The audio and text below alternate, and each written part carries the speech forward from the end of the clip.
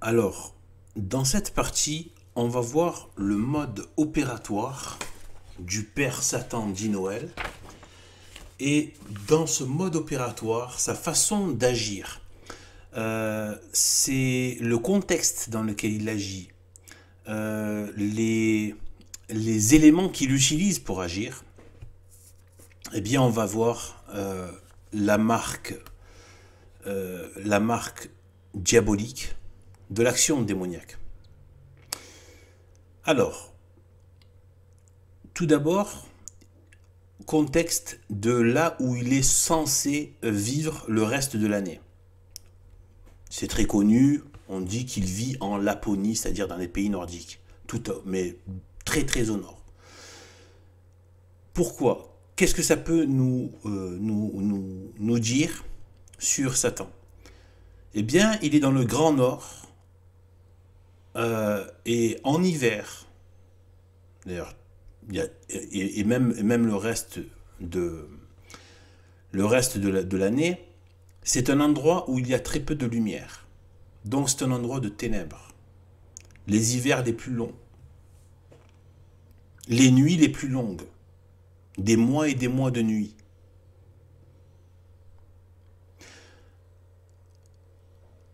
Ensuite, c'est le froid. Ça fait penser donc un animal à sang froid.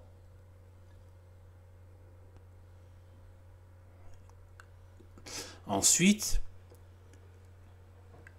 comme un cambrioleur, il agit la nuit.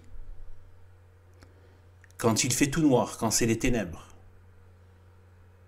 Quand tout le monde dort. Ça fait penser à l'évangile, parole du Seigneur, quand il dit que ceux qui agissent dans la vérité et qui font des bonnes œuvres viennent à la lumière pour que leurs œuvres soient manifestées, mais les œuvres mauvaises ne viennent pas à la lumière et veulent agir dans les ténèbres. Tous ceux qui se cachent, tous ceux qui agissent dans l'ombre sont du diable.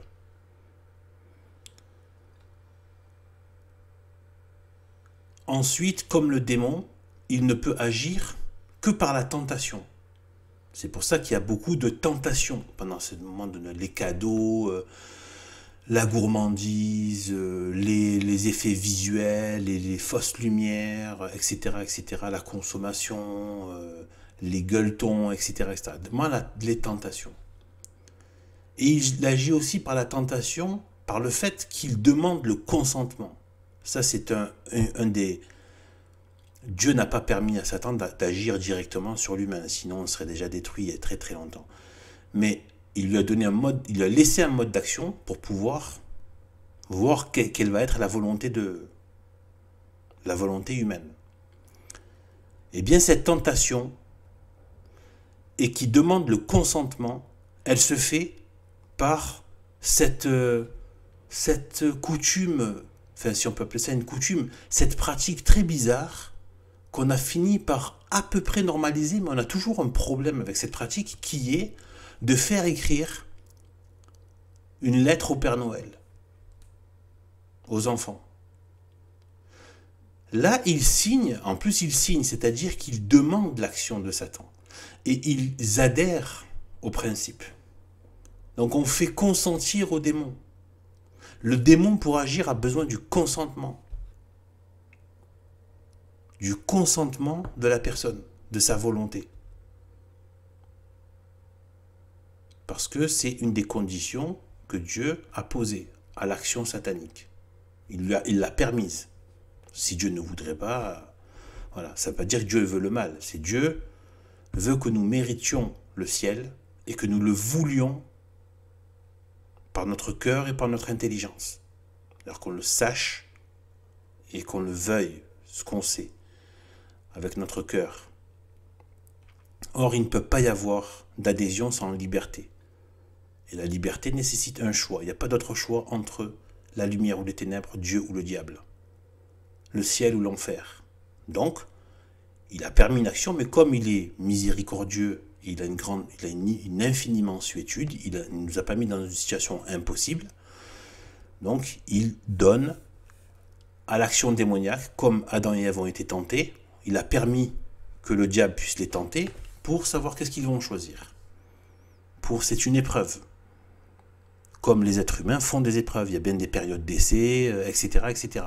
Hein, on teste des personnes, on peut tester des gens dans des situations, voir s'ils font l'affaire, etc. Donc, le test, ou tester de l'or si c'est vraiment de l'or, on passe à l'épreuve de, voilà, de la pierre de touche, par exemple, etc.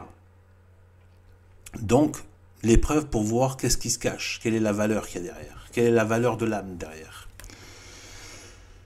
Eh bien, là, on voit que ça demande le consentement. Ensuite, aussi, il y a aussi les parents, l'action des parents qui vont préparer les cadeaux, acheter, faire participer l'enfant, répandre le mensonge sur l'existence de cet abominable personnage, qui est le diable. Eh bien, ils vont donner leur consentement parce qu'ils organisent le sapin, les cadeaux, le machin, tout ça, etc., qui préparent les enfants. Donc, il a le consentement des parents et des enfants. Donc, l'action est extrêmement forte.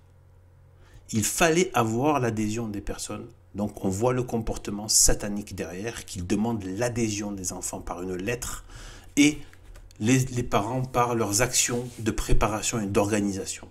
Il a leur consentement. Ensuite, il descend du ciel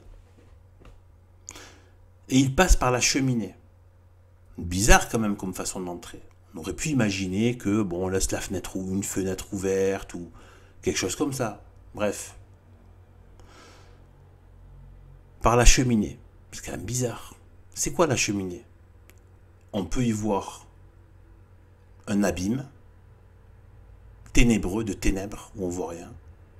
Un abîme, une chute, et en dessous, qu'est-ce qu'il y a? Le feu. Voilà. Peut-être là une allégorie, une signature où il doit, moi à mon avis, il doit se révéler. Dieu ne lui permet pas d'agir s'il ne donne pas des éléments pour être reconnu. Mais après, il faut exercer son intelligence. Et bien là, c'est anormal en plus c'est l'hiver, donc normalement le feu est allumé. Voilà.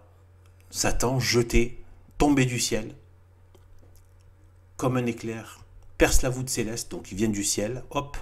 Ensuite, avec une sorte de traînée blanche, ensuite il va dans la cheminée, tombe dans l'abîme, et il arrive dans les enfers. Voilà.